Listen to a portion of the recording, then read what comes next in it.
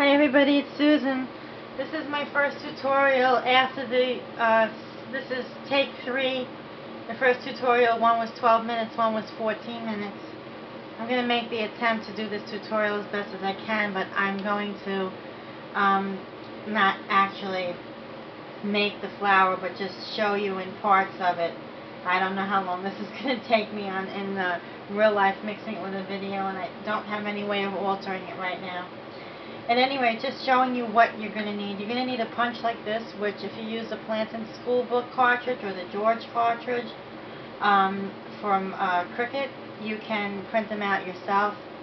These are about 1 inch in size, and this is the EK Success Flower Punch. It does come in a larger size. It's about $25. This was about $8.99, and I bought it about, I don't know, it has to be at least a year or a little longer ago. And I saw that Kathy Orta had a video up not too long ago on making flowers on your own, which will look like the small prima roses. And I've been making these little mini faux brass roses, which I've been making the rose bud, and then I've been painting my flowers. I've been painting the ends of my lollipop flowers for quite some time now, and then just started painting the paper flowers, and it just fell into this. So getting to the flower, what you're going to need to do is, I like using 4 or 5 of these flowers. You can use 3 or 4 or 2, depending on the fullness of the rosebud that you're looking at.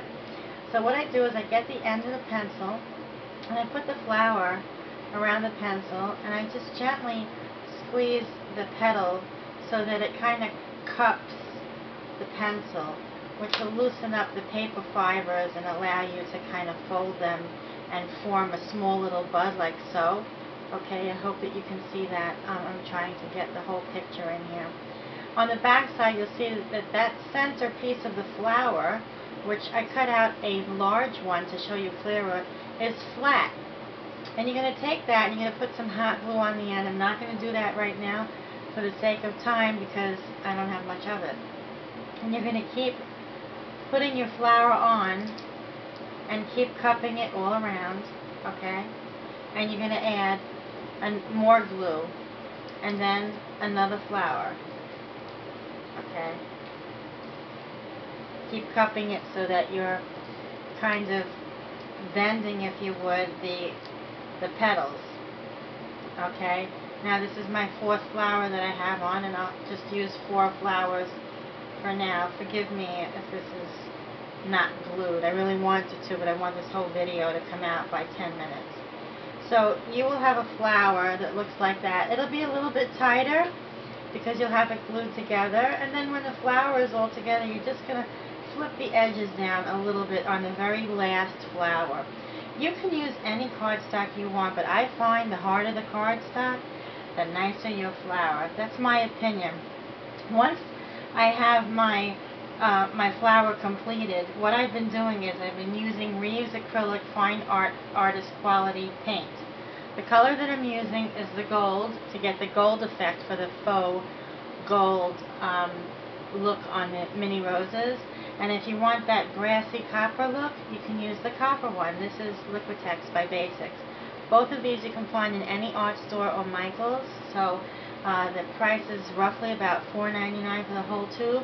If you're going to use a dauber, the gold ink dauber or any other color dauber ink, you're going to have all that ink caked underneath your fingernails, or unless you take the top off and use a paintbrush.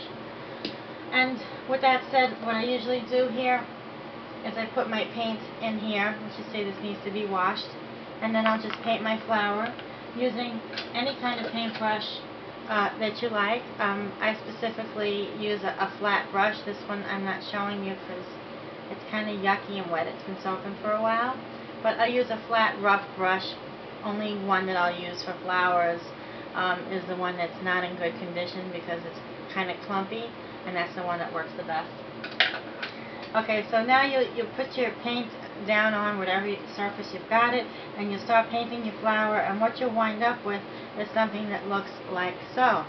Okay, very, very pretty. You can paint the whole entire flower if you like, or you can just leave it alone.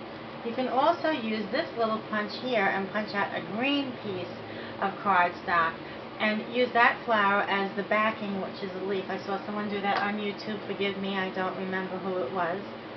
Anyway, this one has no embellishments on it at all. There's no stickles, there's no glimmer mist, there's nothing. It's just shiny basil cardstock. The one that I just made is plain white cardstock that I bought from Staples, and it works perfectly fine because this was that.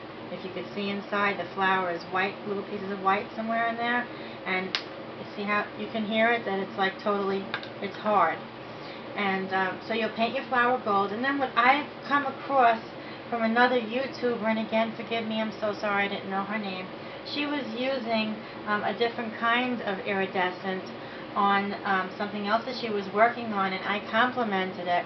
And it's so funny that when I had went into the craft store, sorry, that's my cell phone. When I went into the, Jesus, why does this have to happen when I'm making a video? Every time. Okay, so that's just great. I'm really upset right now.